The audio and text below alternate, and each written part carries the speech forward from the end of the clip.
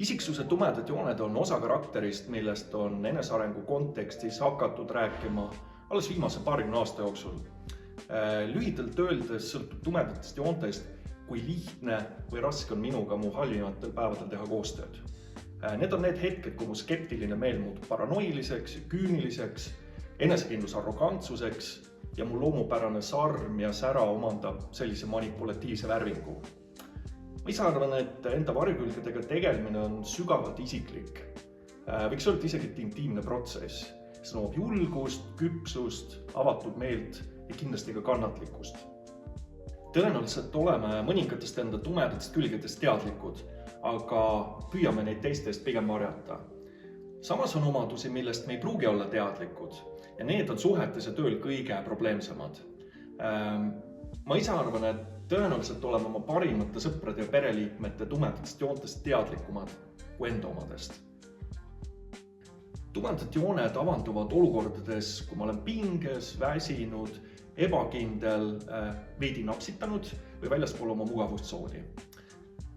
Aga ma arvan, et ennekõike suhetes inimestega, keda ma väga ei respekteeri.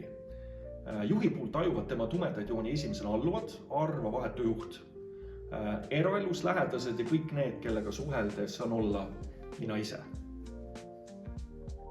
Kui tumedaid jooni peetakse üldiselt puudusteks, siis paradoksaalselt võivad mitmed tumedad jooned olla teatud oludes hoopiski tugevusteks. Võtame näiteks perfektsionismi.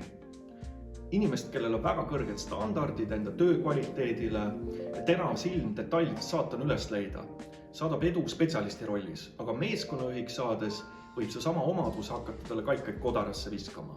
Tal on raskusi delegeerimisega, ülesannete prioritiseerimisega või ta kipub liigselt detailidesse kinni jääma.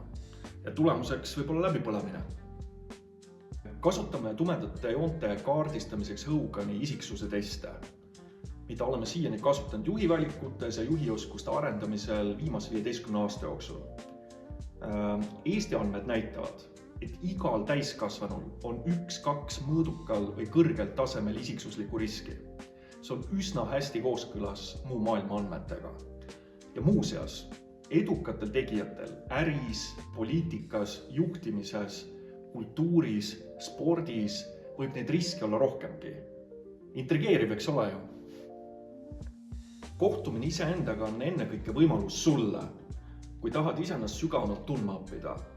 See on info, mida sa võib-olla ei taha enda kohta teada saada, aga mida sul on vaja teada, et oma tänaseid seise parandada või tuleviku väljakutseteks valmistuda.